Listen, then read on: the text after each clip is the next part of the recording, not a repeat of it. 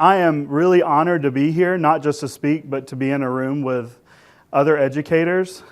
This is very empowering for me. I was a classroom teacher for a number of years, taught high school math, and have a background in risk management and was in the corporate world for a few years before becoming a teacher, but absolutely fell in love with students. And we work every day to improve outcomes of our students in our district. If you are here thinking that I'm from Houston, you are going to be sorely disappointed. In fact, we pronounce it Houston in Georgia, named after a Georgia governor. But we are a fairly large district south of Atlanta, about 90 minutes south of Atlanta. I'll talk a little bit more about my district. Today we're going to talk about our Tableau journey in Houston County.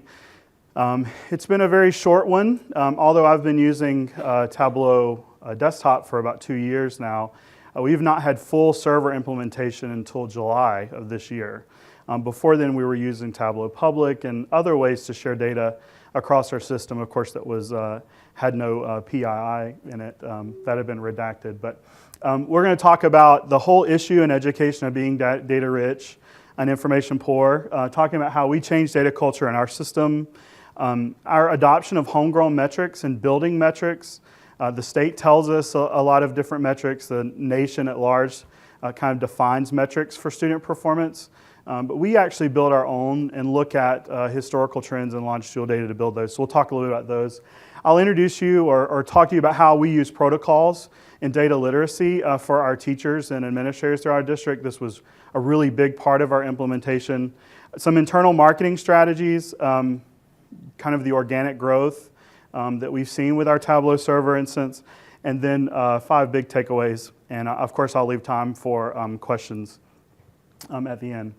So there we are in Middle Georgia. We are the 14th largest district in Georgia by enrollment. We are situated about 90 miles south of Atlanta and are one of the larger districts south of Atlanta. We have 38 campuses, approximately 29,000 students, about 3,000 certified staff. We do have a SQL-based student information system, which is Infinite Campus. I've heard several districts talk about Infinite Campus, and we had a partner that helped us with our Tableau instance that works directly with Infinite Campus, and we'll talk about that in a minute too. Other than that, we have 12 other data warehouses or other data connections that we have, and these range from individual school level, choosing a intervention software, all the way to our Munis, which is we run business and HR through. And then, like I said, we have about a year and a half into this whole Tableau implementation, but specifically with server, we've only been up and running since July. I hold a position inside a department in our district we call it Teaching and Learning. And my specific title is System Intervention Specialist. It's a bit of a misnomer for a couple of reasons. One, because I work with administrators and teachers throughout the district, but primarily in a professional learning role. The data analysis is on there, but built on there, but I'm expected to do that sort of on my own time. And the most of my job is delivering that training in real time and support data analysis in our district. So life before Tableau, as I said earlier, I was in the classroom for 6 years, and then I became an intervention specialist at one of our largest high schools. And it was actually our high school that had the position, which was a Title I position, because of the achievement gap between students with disabilities and our Asian population. That's why we were identified as one of those schools, and of course poverty rates also play into that. But largely in our district before Tableau, we had a very limited understanding of analytics. Our reports we pulled out of Infinite Campus were just that, a bunch of paper. And so at schools, we use this really amazing analytics tool called a highlighter. And we would have highlighting parties where teams throughout schools, whether they be professional learning communities or at superintendent's meeting with principals, we would print these reports and they would just have fun highlighting. Occasionally, somebody would get crazy and put something in a spreadsheet, and then our heads would really explode as far as analytics go. So to say we were overwhelmed is a bit of an understatement. And a district that has grown fairly rapidly over the last 10 years, we definitely did not have a solution at scale. And so prior to me joining that team, we had nothing really other than ad hoc reports generated from Infinite Campus. Our journey into Tableau began at the school, at the high school I was at, and I had a very inquisitive principal who asked all these questions that I just really wanted to answer for him but couldn't. And so one of his first questions was why we had so many tardies. The state lifted their seat time requirement several years ago, and we started seeing tardies rise because no longer did a certain number of tardies equal an absence, and kids were being held accountable if they were over 16. But our campus was also kind of an amalgamation of two campuses, a middle school campus and a high school campus that turned into one large comprehensive high school. And we spanned a whole city block. And so we expected students in 5 minutes to walk from one side of the campus to the other. So I'm going out on a limb here. Please don't laugh at my first visualization. But I'm about to show you the very first visualization I built in Tableau. And it was looking at accumulated tardies over the course of just a few months, that first year in 2014.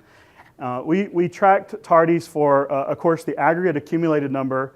When we look at repeaters and first-timers, so students who were absent just for the first time and ones who were repeaters. And what we really were trying to figure out is why are students tardy? What are these triggers? Are they weather? Is it the day of the week? Is it the day we have a pep rally?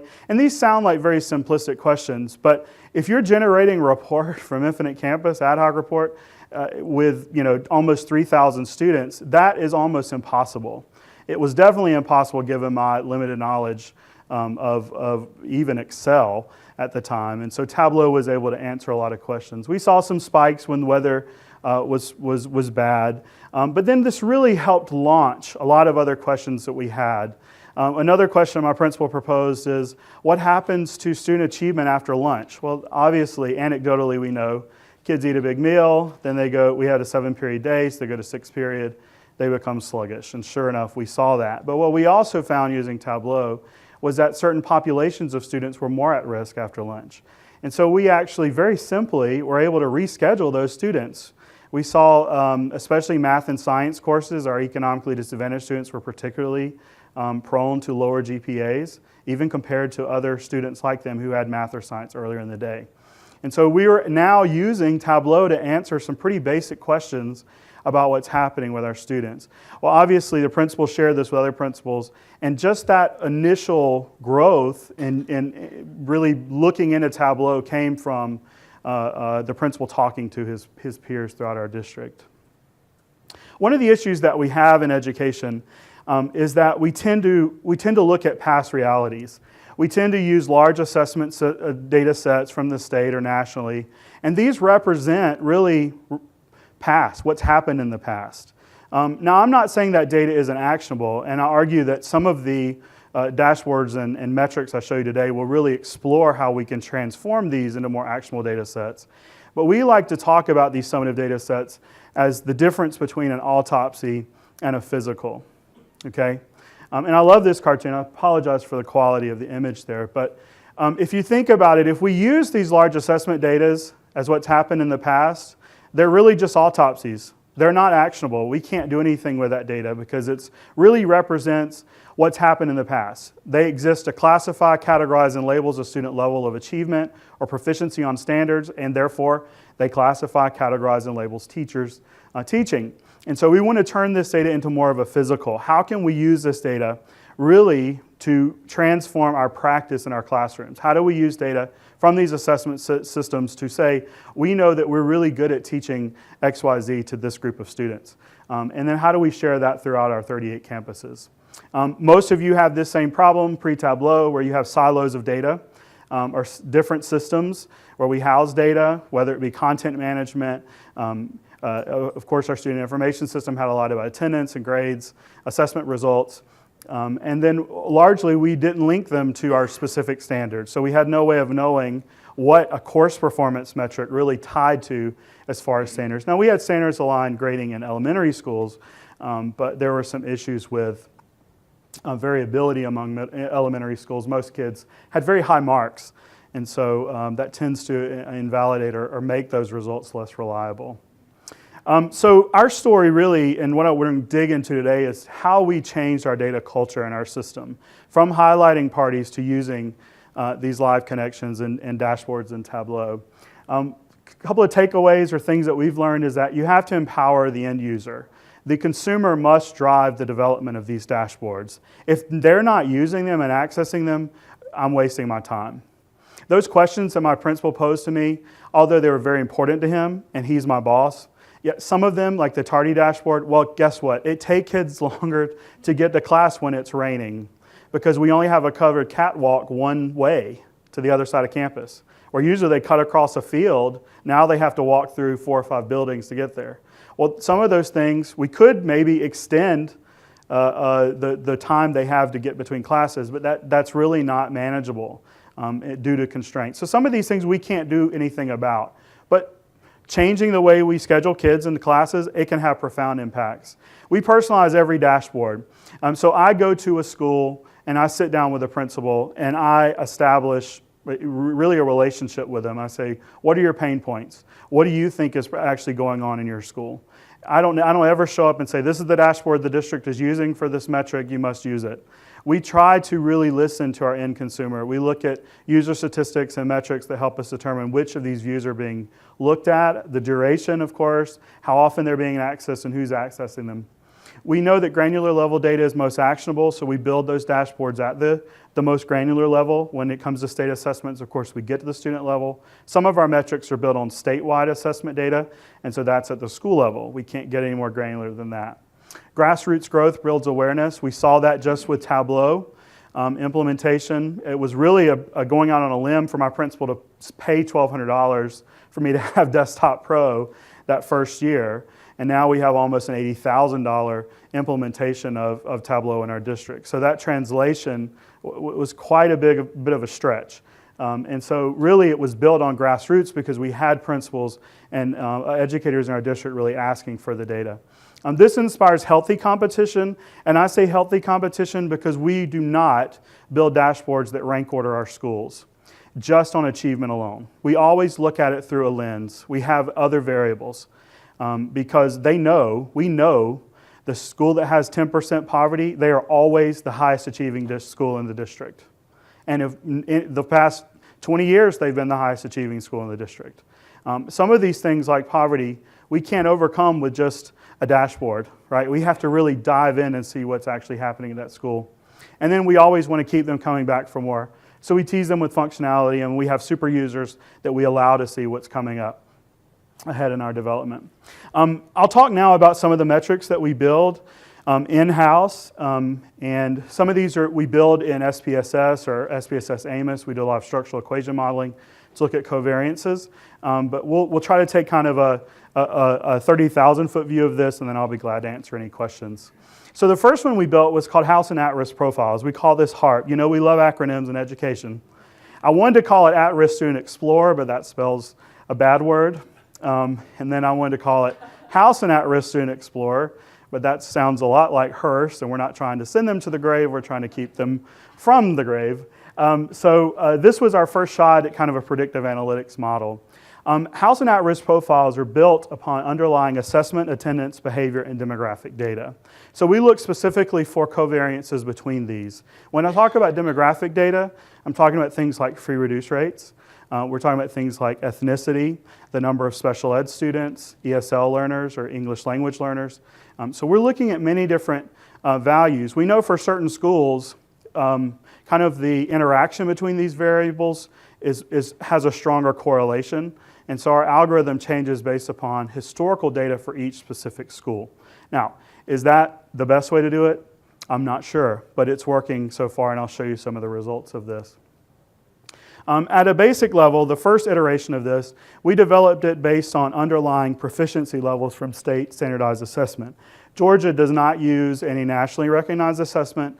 They have one built in-house. We call it the Georgia Milestones Assessment System.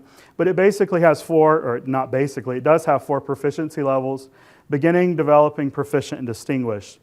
We assign HARP scores based on the underlying proficiency levels, and then we aggregate these across content areas, and we add on attendance and behavior. So if a student is designated a beginning learner, we give them a risk score of 1 for that content area. So the higher the risk, the higher the score. Okay?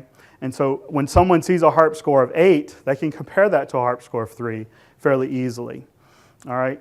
You'll notice that proficient learner, we actually we don't give them any points because that's our target. And then if a student reaches distinguished level learner, we actually subtract half a point from that score, so they are less at risk. So we aggregate these, of course, at the school level. This was, again, our first kind of stab at this model. You can see we look at our overall HARP score. We also add in attendance and behavior based on research from Johns Hopkins and University of Chicago. Now, our current, the model that's in development actually looks at historical district behavior and attendance data. This is more of that circuit breaker type or threshold type warning system that we're using. We're moving towards a more continuum based on our student analytics. But of course that is a lot. And I will say this, I didn't mention this at first. Although we have 3 desktop licenses, I'm the only person in our district who really uses it on a daily basis. And the only certified person in our district that builds these dashboards. So we have other members in other departments, in our technology department, our tech services department that help on the server side. But we really only have, it's just me. So we're looking at building scale and adding positions, but I'll have to tell you a little story about Tableau. I was at a conference in education in Atlanta, and it was a virtual learning conference, and I ran into a colleague from another system who was in a similar position as mine. And so we're talking about the different platforms we have, and I say, well, we actually are using Tableau, and it was right before we were onboarding our server, and I was really excited about it. And I said, well, have you ever heard of Tableau? And he said, yeah, one of the guys in my office uses it. I was like, well, it's really powerful. I'd really like to see how you're using it. He said, oh, I don't really deal with that. He said, Tableau can make any idiot look like a genius. So I was kind of taken aback by that, not whether to say that as a compliment or not. We are really involved in working with other districts and trying to make these processes better, especially across Georgia, but really across the nation, and looking at how other systems are using this. Again, we have a student view. This is our kind of old iteration of it. It very quickly shows those risk profiles across the content areas, and we add in behavior and attendance. So this is what it would look like at the school level, and this is what it would look like for some of our most at-risk students. And so you can see as those risk changes, we actually have action filters. We'll actually show them what those underlying domains and their domain level proficiency for each of these. So the teacher can go in, or the administrator at this point, can go in and click, and it will show them the underlying proficiency for each of these. But some really interesting things came out of this first iteration of it. We ran aggregate data, of course, against HARP. We've created this new metric, and now we're going to run analysis against our new metric. And so we found that the combination, the covariance between a kid reading below grade level and scoring a beginning learner on the ELA test was it was highly predictive of overall achievement on every other exam. It wasn't so for attendance or behavior. We found a very strong correlation between those. And so in 3rd grade, if a student reaches beginning learner status and is reading below grade level, there's an 85% chance that they're going to be a beginning learner across content areas. That is a profound, for us it was this huge red flag. What is going on? That risk increases as students move through our districts. By the time they're in 8th grade, that risk is over 90%. What we found is that on the left, you'll see students that have a HARP score of 0 for reading. You can see their overall academic HARP is very low compared to their academically similar peers who have also, who are reading below grade level, reading on or above grade level rather on the left. Their risk is much lower to their counterparts who are reading below grade level. And so this really helped us see that for our students in our schools, across our district and in individual schools, this had a very strong predictive effect of overall risk. We took this a step further because we noticed that once administrators had this in their hand, we're really giving them a rank order of all their highest risk students in their school. Now they know the students who have a HARP of 10. They can name at least the top 5 students. And every time I sat down, I would pull up the dashboard that had student names, and they would say, yep, I know this kid, I know that kid, I know that kid. But then as we scrolled down and we came to the about HARP score of academic HARP of 3, which means they were beginning learners on 3 of the 4 assessments, or they're developing learner, they're showing partial proficiency in some areas, there were surprises. And our HARP kids of 3, we weren't doing anything for. In some cases, we found kids who had prior scores that were much higher. And something happened to the kid during the year. Now, we can aggregate that at the teacher level to see if it's teacher differences, but sometimes it's the kid had a really bad year or something happened at home that we didn't know anything about. Particularly for our middle and high school students who see multiple teachers throughout the day, guaranteed to see multiple teachers, we're not able to see that level of data. In high school, they have 7 different teachers. So if something happens and we don't know about it and the counselors aren't aware of it, we're really not able to provide in-time support for that student.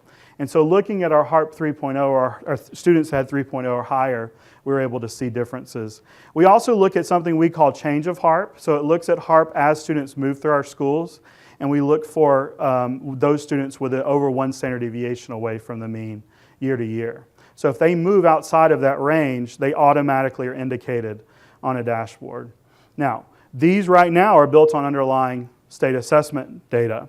For our elementary students, we use interim assessments for this. We have a literacy inventory based on Fountas Pinnell's, and we use that because it's administered 3 times a year.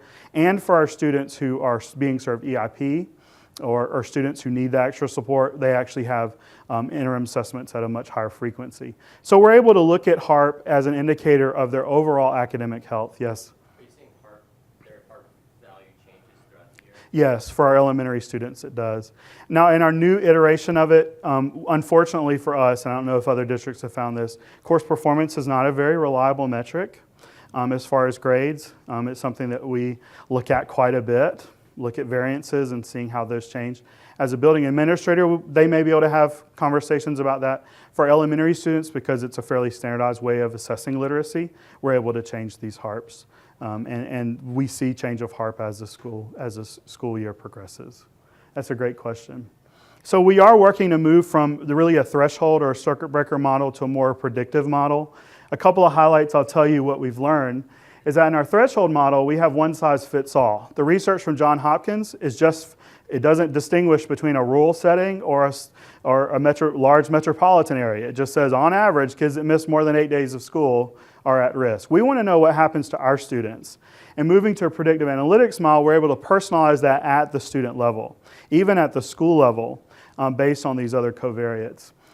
Talking about indicators, in a threshold model, we have isolated indicators. So you'll notice for the HARP, in particular, our previous version of it, if a student didn't hit that 8-day threshold for attendance, they don't even show up on the radar. If they never have a behavior problem, they never show up. And if they're a proficient learner, or they may be a beginning learner and just are developing in just 1 or 2 areas, they're likely not going to show up on any of our dashboards. And so we're moving towards a model that has cooperative indicators that look at those covariances, and we do that through structural equation modeling. And so our measurement model there, we use confirmatory factor analysis to look at observed variables, but also unobserved variables that we have by survey data, because we also know that things like school climate and student and community level perception is a strong indicator of overall achievement as well. And then finally, in our threshold model, of course, binary, the kind of, like I said, circuit breaker, relative to some of the students who never show up in the circuit breaker who need help. We're moving more to our continuum of risk so that we can see how that changes over time. All right, we have a tool that we use for data literacy, and we work a lot with protocols, and I'm going to introduce you to our second metric we call beating the odds. I have to give a shout out to my colleagues from Atlanta Public Schools, because one of their data wizards and a colleague of his were kind of the masterminds of this idea that I'm going to talk to you about. Now, we've developed our version of beating the odds in our own system, but it's a way that we introduce teachers to data analysis. I'll show you what it looks like. Again, another problem we highlight in education, too often we start with answers before we've understood the problem. So it is a common action on most teacher groups. If you get them together and start asking them about student achievement, they can tell you 10 things that are going wrong, why the kids aren't at school, why they're not achieving, so on and so forth. And so what we want to do is take away that temptation of theirs to jump to conclusion about their data. So we use protocols. Protocols make it easier for us to internalize and make sense of data. It works with any data, whether it's a dashboard. We like to keep it visual, of course, because we're using Tableau. But it forces us to have a conversation about what the data actually say, and it helps assuage that temptation on the part of us to rush to conclusions maturely. The protocol I'm going to introduce you today is here on the right. It's called the Notice and Wonder Protocol. And so we do this with every PLC. We've done it with all our principals, every teacher group. This is how we introduce them to any piece of data. The first thing we do is we view the data. So we give them access to it, whether it's in Tableau Public, or sometimes we print out things. Old habits die hard. And then we ask them to make observations, make factual observations about the data they're seeing. No inferences. We're not trying to ask any questions. We're not interpreting. What is just the factual observation about the data? We then share those observations. We talk about it in small groups. We then go back to that original data, and now we're asking questions. Now we're speculating. I wonder why. I wonder if. I wonder how this is working. And then we share that speculation, and then we ask for more data. Oftentimes, what we find is that one dashboard or one visualization doesn't answer all of our questions. A lot of times it creates more questions. And so now we're able to ask, what other data do we need? And we go through a triangulation process. We're either trying to confirm or refute what we think is going on. And we do this process until we arrive at a conclusion. We also have some root cause analysis protocols that help us with that as well. And that's where step 6, we extend the work of step 6 in that. So I'll show you the piece of data that we use. We show them this. And of course, we built it in Tableau. We use a state data set. And like I said, we have colleagues from APS who I think were the original brainchild of this analysis. Well, we're looking at our average scale score on our y-axis and a school's free and reduced lunch rate on the x-axis. So each bubble represents a school, of course. The size of the bubble represents enrollment. Each color represents a different district in the system. And we give them some interactivity, so they're able to use the filters. We don't, sometimes you would think that drop-down menus are fairly intuitive this day and age. Sometimes they're not for some of our teachers. And so we give them options to click so they can very clearly see we're looking at all grades, all content areas. And we throw in the line of best fit there. And then we make factual observations. One interesting thing about this, I've done this dozens of times, and every time I show this to a different group of teachers, someone always sees something new that I haven't heard. And that is really the power of visual analytics. Because what you see through the lens of your experience is much different than what I might see. And they're still factual observations. We have teachers say things like, oh, a majority of schools in Georgia or have a free reduce rate of 50% or higher.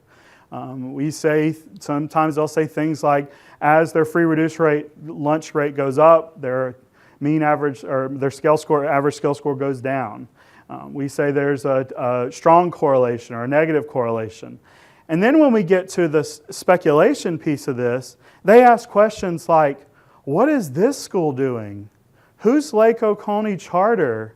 What's Walker doing? Or what's Berrien? Look, they're fairly large and their attendance is above where we would expect it to be. And so we have all these questions about real schools in our state. And then, of course, they want to say, well, where am I? Where is our school? I teach third grade math. Where am I in this distribution? And so they ask really great questions about the data. And we go through the protocol and then allow them to see this. We take it a step further and we actually explain to them how this works in the regression. So we tell them based on, this is a school in our district, Langston Road Elementary, based on their free reduced lunch rate, we would expect their average scale score to be a 516.5. But it's actually 519.5.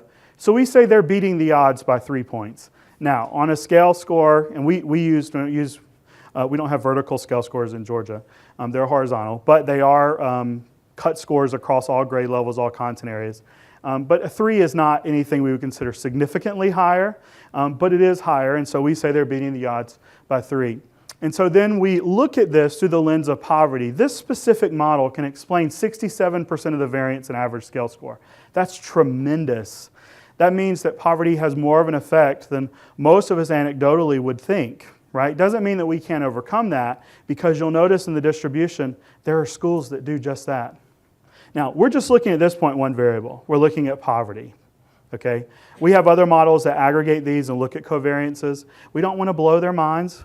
At first, this, from the first, we just want to talk about something they're very keenly aware of.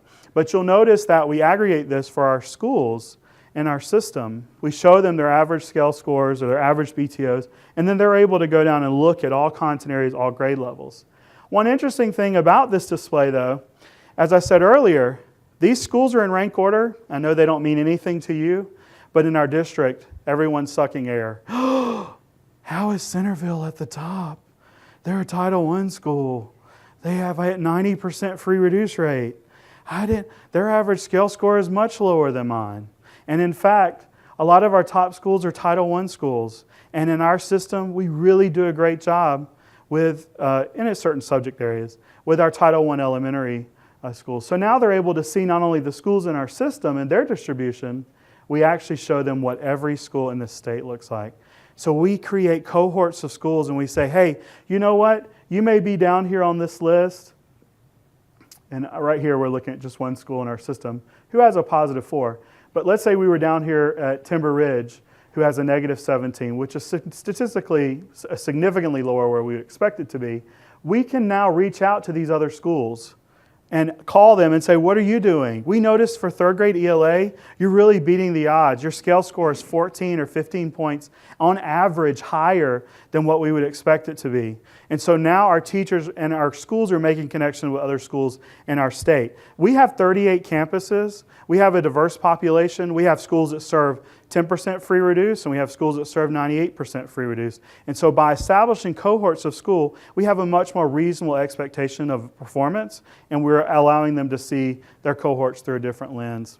We also show this by grade level and content area in a quick view. You'll notice for our system at large that something really interesting happens when students transition from 5th to 6th grade.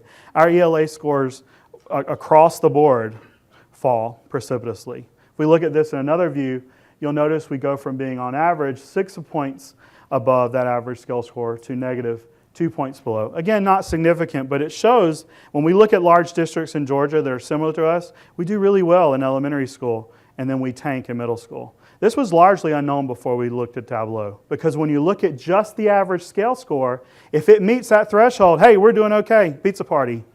But when you look through, you think I'm joking. Don't use Title I money. You can only buy saltines and water with Title I money. Hope you, just so you know. Don't buy tacos. Did that one time. All right. But now we're asking questions about our district. Now we're saying, how are we supporting our students in their transition from 5th to 6th grade? Now we're not just looking at our average scale score is 487. That doesn't mean anything. Now we're looking at us through this lens to look at data to really uncover opportunities for our district. This is a powerful metric. It's something that I found in Tableau community, Tableau Public, and the community there is amazing. Reaching out to those people and really building capacity across school systems has been tremendous. This is a quick view of something we're working on with growth percentiles. Anybody have baseline growth percentiles in your district? No, some other districts or states use other value-added metrics. In the state of Georgia, we use baseline student growth percentiles that are built on students that have similar, which really means the same, scale score histories. And so we look at how these change across. We do z-score analysis. We look at growth percentile change. Then we aggregate this at different levels. So just highlighting some of those changes. Internal marketing strategies. I want to make sure we have time for questions. When we really rolled this out, the first thing we did was we branded all of our metrics. Okay. Now this might seem a little trivial. Why is the school system coming up with all these cool logos? Because we know that if we're expecting them to look at something visually, they need to have something tied to that. So we actually use these logos in all of our visualizations. We embed them, and then when we share them out, we always use them. We use similar terminology for our metrics. And now when I go to a school, I hear them talking about HARP. I hear them talking about BTO. I hear them talking about bubble proficiency reports, or they just call it the bubble kids. We all know who the bubble kids are. We run Tableau dashboards that identify who those kids are and how those scale score changes across time. And then We always start, it's just me, but I work with every single school. So I visit every single school in the district. I sit down with the principal or the admin team, ask them what their pain points are. We look at the specific data they want to look at. It's really interesting. I get all sorts of reactions. Walked into one of my first schools. She said, what can you tell me about my school? I've been here for 15 years. And I was like, okay. Why don't you tell me a little bit about your school then? And so we have a conversation, and then as we build that trust, then I'm able to say, let's take a look at your HARP report. Let's take a look at this dashboard, and you tell me what you see, and then we'll talk about some areas of opportunity for you.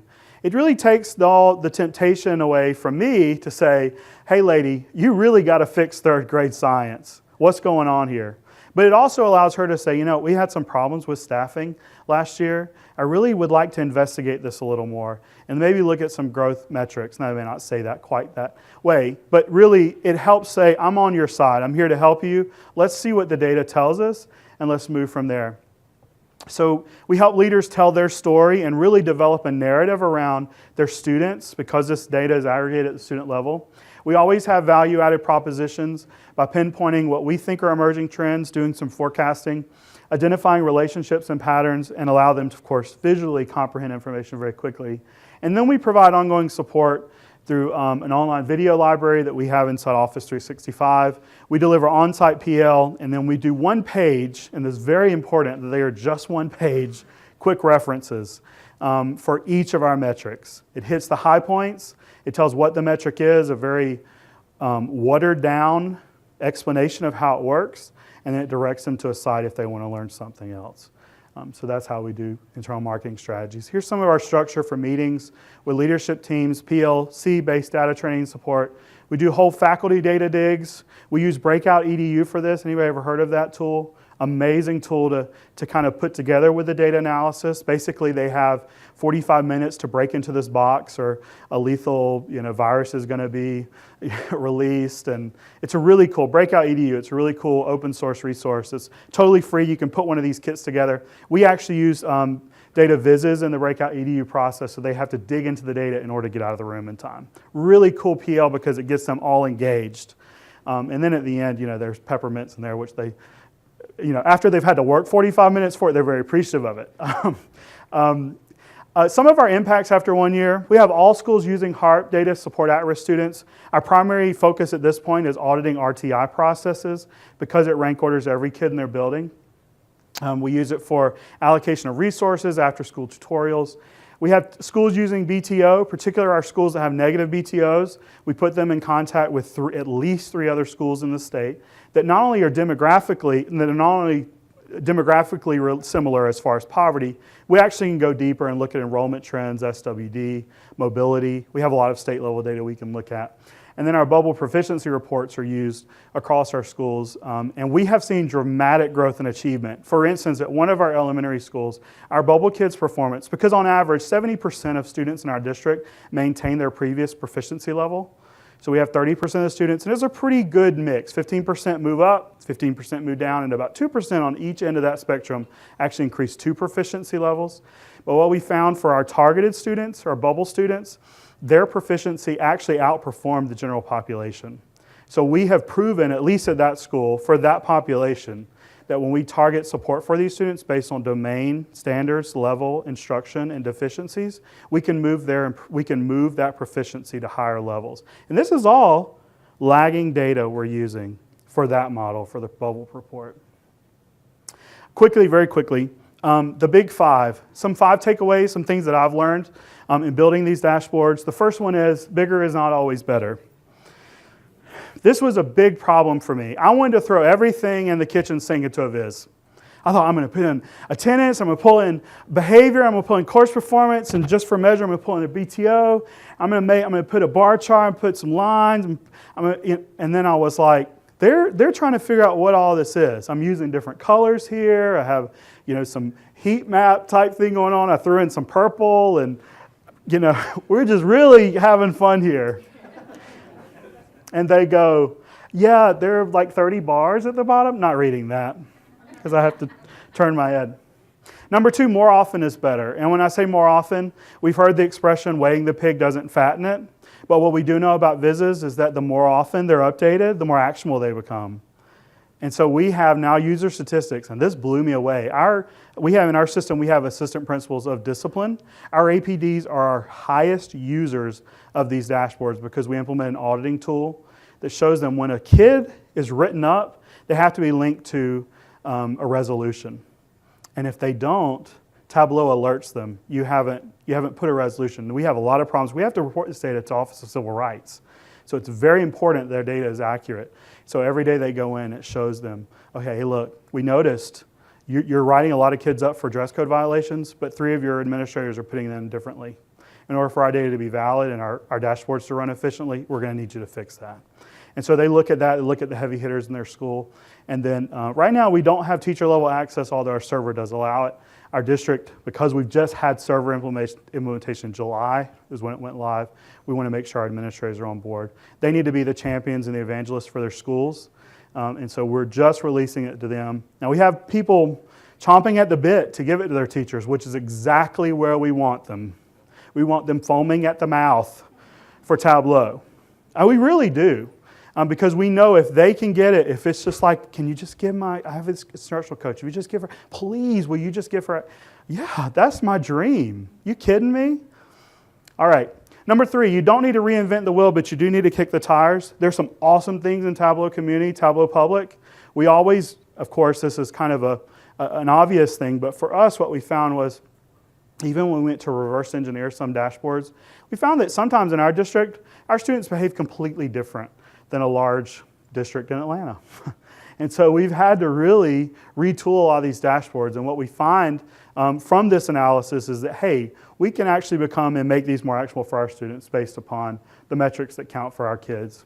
If end users don't access the dashboards, they're not going to make a difference in student learning. So every month we look at our user statistics to determine a dashboard that is the least utilized. Now, it could be one of our audit dashboards. So we kind of categorize them differently, but we always make sure we look at the last couple of users who have viewed the dashboard, and we go out and say, hey, we noticed you accessed this, you never came back. Why?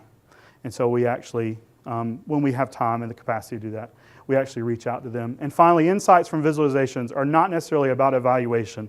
They're about feedback. And this is absolutely the most critical thing, if I can share anything with you. It is this. When we build dashboards for educators, it is not my job to evaluate them. It is my job to provide feedback about how they can improve. If I show up with a dashboard that paints them in a negative light, if it puts them on the spot in a personal way, not talking about data is the truth. I'm not saying we don't report facts. But if it highlights them in a negative light, you've lost them completely. And so it is about feedback, not evaluation. Now, if you're in district admin and your job is about evaluation, by all means, go for it. But as far as us sharing data and improving data culture, this is one of the most, if not the most important thing that we've learned about this. All right, I've left some time for questions if you have any. And I'm really appreciate you reaching out to me and asking questions. This is my first time at Tableau Conference, but I'm privileged to be here because I've met so many incredible people throughout the country and even the world, and I'm really looking forward to connecting with you all. Any questions? Yes, sir. I have a question. So for some of these internal metrics you develop, say a bit about how long it took you to develop the methodology, how you piloted it, made sure it was right, and also built support and use for it? Yeah, that's a great question. So I happen to be from the risk management world or the reinsurance world, and so financial modeling was something I did right out of college. And so I worked for a company as an analyst who did a lot of this, but they were, of course, a lot of actuarial and futures type transactions. But that software allowed me to see that in education, we have all of these variables that are out there. A lot of them are observed variables or they're quantitative variables that we can plug into data sets. As far as looking at metrics, as far as best fit, models of best fit and things, we base them on historical data in our district, and we build it at the cohort level. So for our early warning system in development, we're looking at cohorts of students, and we're tracking them all the way back to the first instance they have in our information system. And so it's custom tailored to just our system. Now, how long does this take? Well, with one person doing it, it takes a lot of time outside of the day. You know, one of my big selling points for coming to this conference was, all that time I spend outside of my job working on this. Hey, can you give me this? Can you let me go meet these awesome people and see how to get better at this and more efficient? But it takes a long time. I would say that our full iteration of our predictive model with full covariances and having best fits for both our measurement and our structural model will probably take us a better part of a year of development. And that's just because when you're looking at even 4 cohorts of students and we graduate, let's say 3,000 students a year, millions and millions and millions of points of data. And just validating that data inside our student information system is very difficult. And so I don't know. I hope I answered your question as far as that part goes. BTO was something that I used kind of as a springboard for another district. And then HARP was really an idea at its the basis was, hey, we're getting these proficiency levels. We don't really know what it looks like across content areas, so we just aggregated against the content. So that was probably more about a 2 or 3 month project. I have a few more questions for you. Okay, all right. Yes, sir. Are you doing any work with student information and your unit system? Program costs and stuff like that? Yeah, that's a great question. We have not done much. We just went live with Munis HR last month. And so our business department has had it for several months. We're not looking at that quite yet. We have looked at it with some energy costs across our campuses just because our local utility is providing that data. But no, as far as Munis, we haven't done that yet. Yes. Do you have any FOI or parent school board concerns about stuff that you create?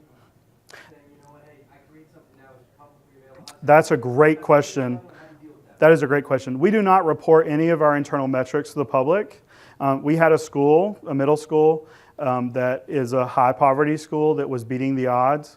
And the principal wrote up a press release and wanted to send it out. Of course, our PR department really stops that, and we have a great process as far as that information getting out. So we do not publicly support the use of those metrics outside of our system. Now, we can say internally they're valid and they're reliable within our district. BTO in particular has inherent flaws because we're just looking at one variable, because I don't know even the categorical data for all of those schools. But what we do know is that the real heart of BTO is to help our schools reach out to other schools in the state who look a lot like them and for support. And vice versa, we offer that as well. That's a great question though, but we do not in any way support the use of these metrics publicly. Yes, sir. Could you improve beat the odds formula so that you can make it external? Yes, okay, so that's a really great question. A couple of things what we're looking at is that the state does release data as far as the number of students that are directly certified students. We also have other variables such as enrollment data that we can look at, the number of special ed students, we can look at mobility rates across the state. And so we're really looking at a model that houses several different variables, and we'll use a structural model for that to look at covariances. So we are looking at that. We just have to make sure that all our categorical data is also in line. Our state, because of privacy concerns, has now scrubbed their website of any data as far as free reduce rates that are above 95% or less than 5%. So we're going to have to move to a different model anyway for that. But that's a great question. So we're still looking at that categorical data for them, and it's largely will be demographic. But yes, and furthermore, our state is actually using the term beating the odds now as sort of a safe harbor second look for schools as far as our accountability measures. They haven't released, to my knowledge, business rules for that, but we'll closely monitor that as well. But that's a great question. Yes, sir. You mentioned inspiration, reverse engineering dashboards. Mm-hmm. What was your inspiration for the types of views? That's a great question. So I guess part of it was looking at some of the work from APS. There's several other colleagues that I've seen in Georgia, and some of the, we don't partner with Schoolzilla, but I've seen some of their dashboards as well. And so I don't have their actual dashboards, but just looking at the different views. What you have to understand too is that we have been more focused on building out the models than the visualizations. One thing we do is that in aggregate, like I'm not showing you all of our internal dashboards, especially the ones that we use around large assessment data, but we have style guides that mandate proficient learners always this color. We make sure the text is readable against all the device. So there are some internal controls about that, but we definitely have a lot of room for improvement with that. It's something that again, we need to work on. Yes? I love the idea of meeting with principals to individualize what they see. With you being one person doing this, how do you manage that process? I would think that they all would want you at the same point once they hear that you're meeting with the other principal. Right, so that's a great question. There are a couple answers to that. Our superintendent is kind of a fan of mine, so he talks about it at superintendent's meetings. But I only work with schools that call on me. Now, if I have a backlog, I either meet with them individually, like in clusters, because from my office, I'm almost 25 miles away from the furthest school. And some of you, that's nothing. I heard 2-hour commutes earlier to reach schools. But we also do cluster work as well, so we may get them together in groups of 3. The other thing that I didn't mention is that we're very transparent with our aggregate data. If we look at N, of course, of 15, if any view shows anything less than that, we don't allow it to be internally viewed by other schools, but every school in the system, it's just a click away of seeing another school's performance on these aggregate measures. And it was something that our superintendent really wanted to be transparent about, and something that we've built into all those dashboards. So we really have 2 projects inside our server. We have one that's large assessment data. Anybody that has access to server can access it. And then we have row level security through Infinite Campus and another student reports project. So that's a great question. It provisions. That's the only way they would be able to see person identifiable information.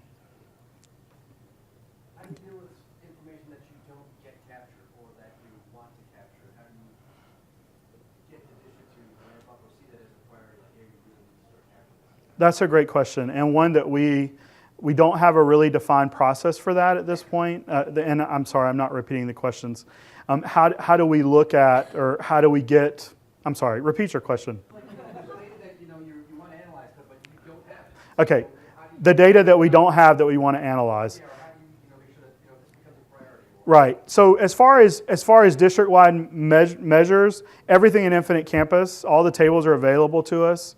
Outside of that, it's usually either state-level data. We do also do a lot of program evaluation and predictive studies to look at how effective programs are. So that data is always provided at the school level. So it's usually a principal turning over that data or us having access to it through Infinite Campus. We've not at this point run into any problems as far as me wanting access to data and not getting it. That's been something I've had to work very closely with our technology director with, and she's also our privacy officer for the district. We work very collaboratively together to make sure that we have access to those data points. Any other questions? All right, we're getting out here just a few minutes early. I really appreciate you coming today, and check out the survey there. Thanks for coming.